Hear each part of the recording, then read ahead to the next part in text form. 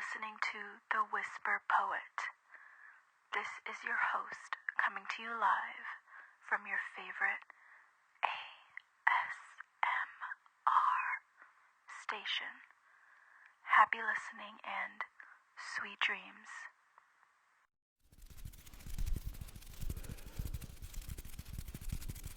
Welcome back. You are now listening to The Whisper Poet. I'm your host, coming to you live from your favorite ASMR station. And in this week's episode, I know it's been a while, I am back from my hiatus, and I'm happy to hear that you guys enjoyed last month's guest. She will be making a return. She's a bit grumpy though, isn't she? Gonna have to talk to her about that. But in this week's episode, we're gonna be talking about 3 films that I've seen pretty recently. January was a little bit of a slower month, I think, but at least compared to November and December's movie releases. However, there are some films I'm thrilled for that are going to be coming out this year. Specifically, between now and the summer, we've got a lot of good movies coming out, and also Oscar nominations are out, so in the next episode we'll be talking about that. Well, one of the next few episodes we have time, because I still need to see The Whale and a few of the other nominations, but we'll get to that in the next episode. So in the next 2 or 3 episodes, we'll see, depending on how soon I can get to watching them. Anyways, so the movies that I have seen fairly recently, I've decided to go ahead and give you guys my review on those.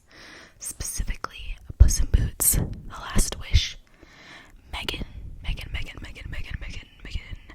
and The Pale Blue Eye. Let's start with Puss in Boots. This one came out December 21st, right before the new year.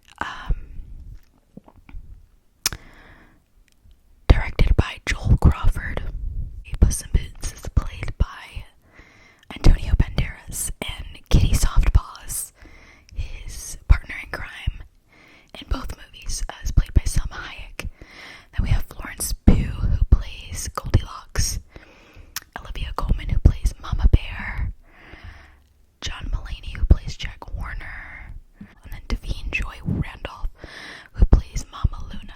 If you don't know her, she was in High Fidelity. She's also in The Lost City. So yeah, I like her. She's always got a strong on-screen presence. But yeah, I loved it. 10 out of 10. I love when kiddie movies like that can just be perfect. Like, there's really nothing I can criticize. It's perfect. I mean, it's literally just, it's good. It's feel good. It's fun. And it's got an interesting angle with,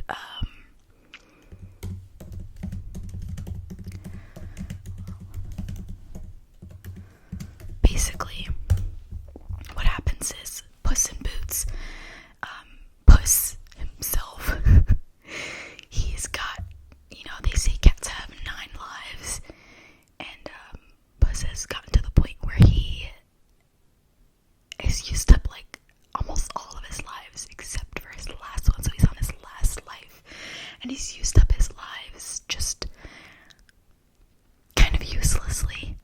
And so he discovers that there's this wishing star that can grant any wish, anything that you desire. And so he makes it his mission to get to that wish, but there's like several other people who are trying to get to it, specifically Goldilocks and the 3 Bears, like literally Goldilocks and 3 Bears. Jack Warner, I think he's from like a kid's fable. I never even heard of Jack Warner before this movie, but apparently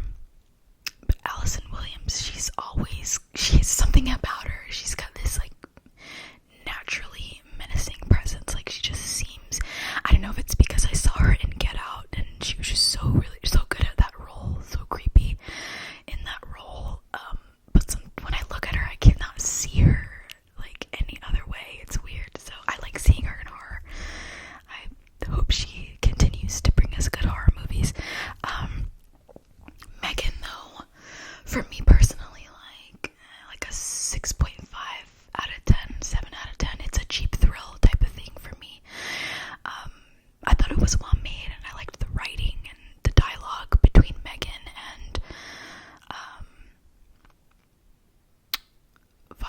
Katie, who's played by Violet McGraw. I don't know if I've seen her before, but I enjoy the dialogue and that Megan has, and the way she's written. So yeah, don't go into this with super high expectations. Just watch it like you'd watch a Chucky movie, or anything with a haunted doll. She's not a haunted doll though. This is artificial intelligence gone wrong. It's a toy that becomes sentient to the level that is dangerous to those around her, and she becomes very cunning and menacing. So it's an interesting concept. I think it was executed pretty well, but it just wasn't for me. Like, seeing it one time was good enough, so I give it credit for being creative. I think when I saw the trailer, I was like, is this some kind of Chucky spin-off type thing, like haunted doll type of thing? No, it's more so about a robot that is too smart and takes things too far. Yeah, just see it for what it is and enjoy it. I would even go far as to say it's almost like a horror comedy. Like, it was funny for me, but not too funny either. So that's why I give it 6.5 out of 10, which is its IMDb score. So that makes sense. Alright, moving on. Now this one, I've got mixed feelings on. The Pale Blue Eye. The Pale Blue Eye. So this one was released, I believe it was released to Netflix like the first week of January, 2 or 3 days after the new year. I've got mixed feelings about it. I liked it, and then I didn't like it, and seems to be the general consensus. It's got a 62% on Rotten Tomatoes, 6.7 out of 10 IMDb. So for me, a 7 out of 10. There are some things that I wish they did differently, but I love the concept. Basically, let's go through the basics first, because you know how we do, guys. So Christian Bale is our main lead.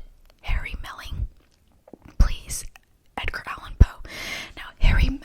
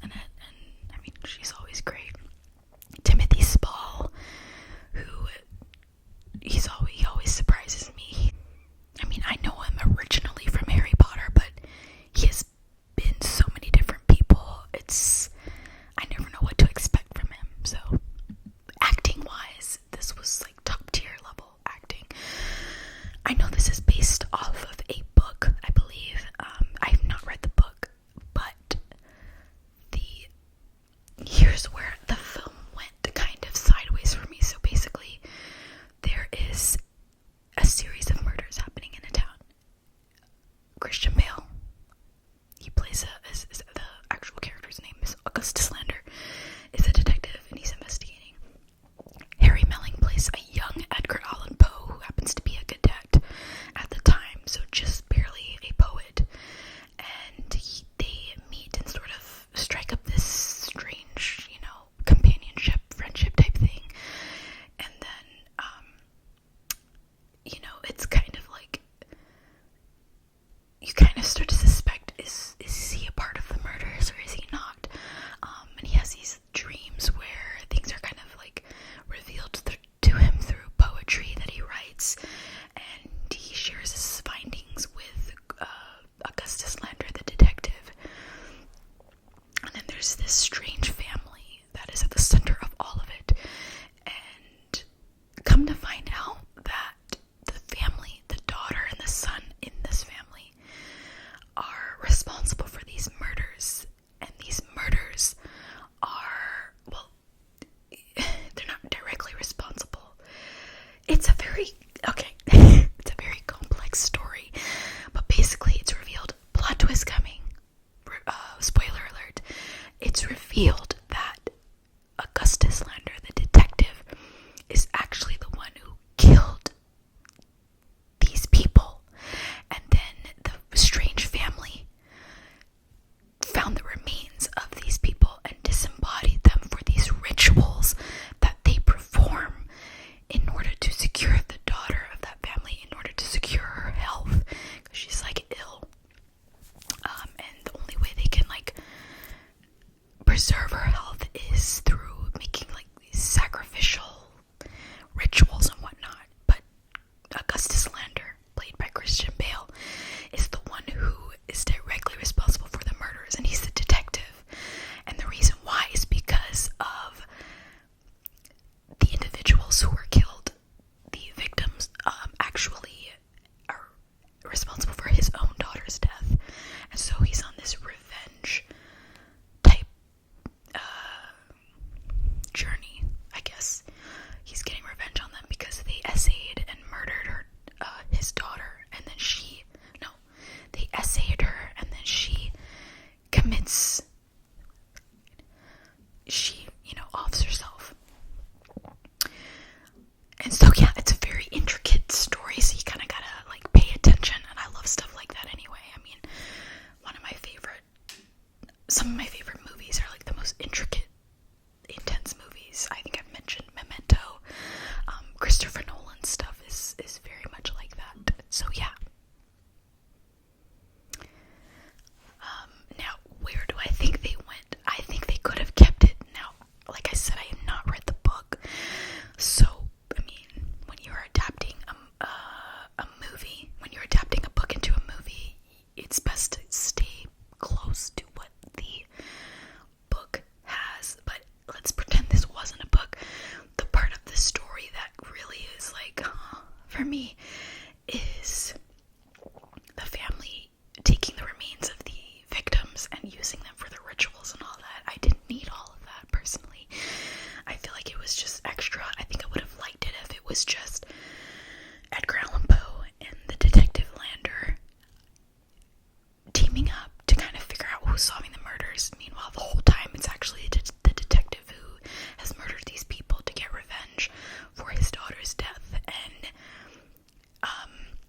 Edgar Allan Poe kind of knows this the whole time, but he's not quite sure. And then it's revealed at the end, but because of their friendship and because he realizes that the revenge was justified, he doesn't turn him in. All that was great. I just didn't need the whole ritual thing with the family. I thought that kind of threw me off, so that's why he loses points. The only thing that I did like was Edgar Allan Poe falls in love with the daughter who's very ill, and she's the main reason why they're taking the victims and disemboweling them for the rituals. They fall in love, but the whole time she's just trying to get him so that she can like kill him and sacrifice him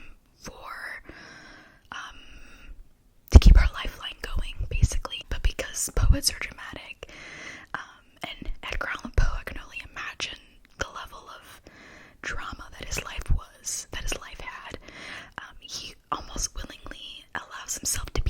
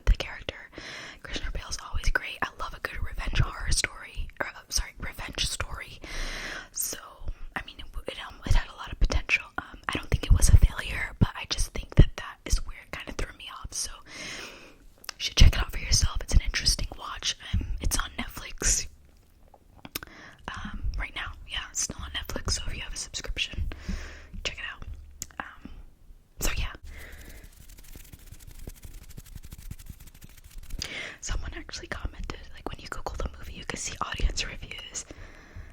Someone says, let's see what they said.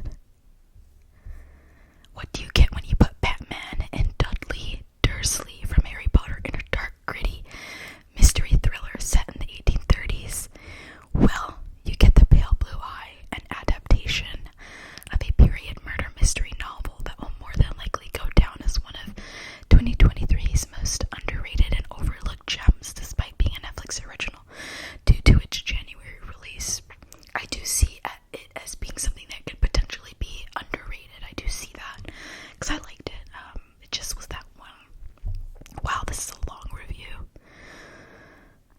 So let's see if I can read the key points here. The cinematography is stunning and uses natural lighting. Oh, that's one thing. Yes, the set design, the cinematography, brilliant. I love that. Love it.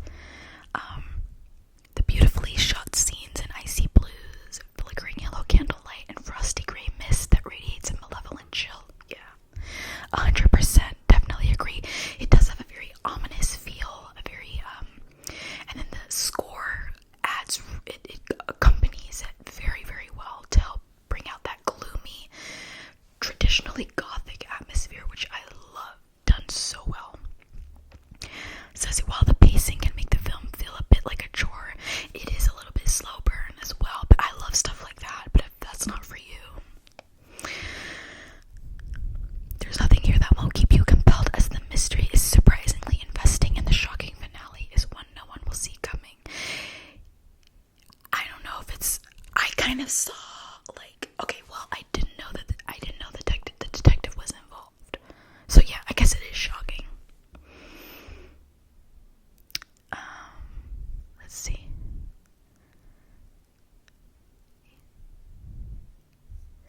Yeah, pretty good review. This person should get left a great review, but 4 stars instead of 5. Yeah. Well, anyway. Harry Melling, though, incredible. He's really good. I'm really excited to see him in more movies. I think he's gonna go far. He's got a very interesting on-screen presence, and everything I've seen him in, he's very he's odd in a way that is good for film. So yes, and it's so shocking to see that transformation, not just physically, but just, I remember when I first watched Queen's Gambit, which is a really good series. I saw him there. I was like, who is